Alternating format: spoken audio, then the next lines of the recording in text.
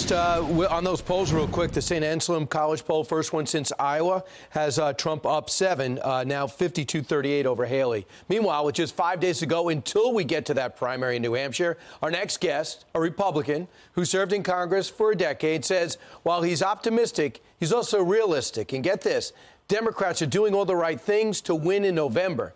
Here to explain why he believes they have an advantage, even though he's not happy about it, you wouldn't think, Jason Chaffetz. Hey, Jason, I was surprised to see this column from you.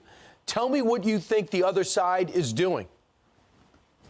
Well, it's not good enough to be right on all the issues, even though the issues seem to be going the Republicans' way and the economy is failing and everything else. Democrats have a ground game that is unlike anything else. They leverage not-for-profits.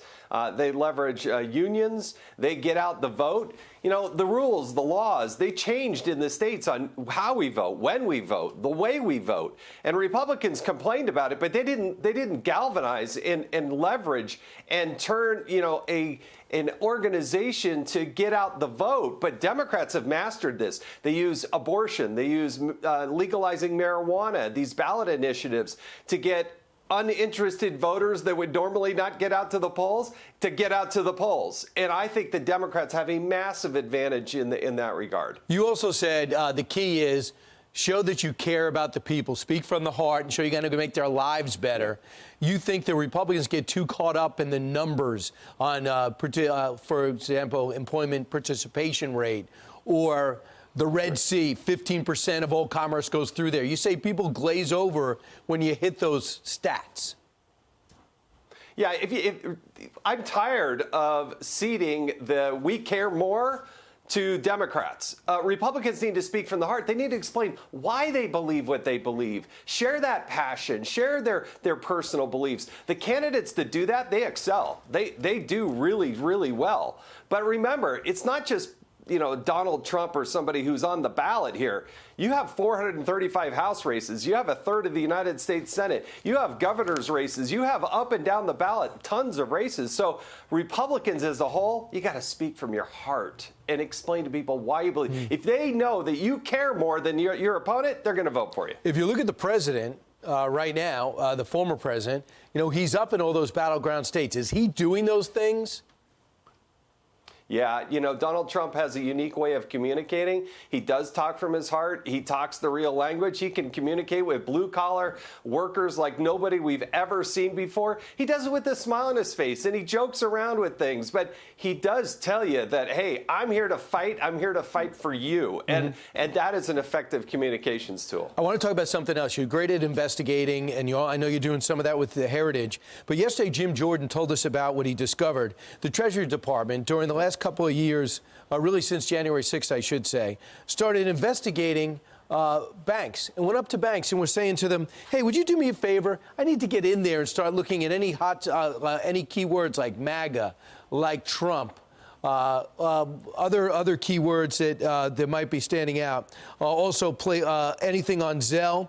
They also said they wanted to Dick's Sporting Goods, Cabela's, Bass Pro Shops, and find out who was buying what. What does this tell you? People often ask me what the deep state is. These are deep state spies in action. You're taking suspicionless Americans and you're qualifying them based on their political beliefs, based on their credit card transactions. So you're going to banks and credit unions and they're trying to essentially score people to look at them. I mean, these are the allegations and be able to say, give us the whole universe of people like myself. I go to Cabela's. I buy ammunition there. I bought guns there. So suddenly I'm on a watch list with the federal government. This is so fundamentally, totally wrong to its core. People say, oh, what does it matter? We got to, root out the terrorists. No, in America, you have the right to privacy. You should not have your federal government coming after you because you shop at Cabela's. Or you buy a MAGA hat. That is not the way we do things in the United States of America. That is deep state at its worst. Yeah, they also looked at the purchase of books, including religious texts, subscriptions, and media containing extremist views. So they wanted to find out, they say, who was involved in January 6th, and there are commonalities there. But this has got to be disturbing, too, because if we just found this out now, what else are they doing? These seem to be the tactics we use to take down Hezbollah's presence in the U.S., al-Qaeda's presence overseas. Are we turning that expertise on our own people?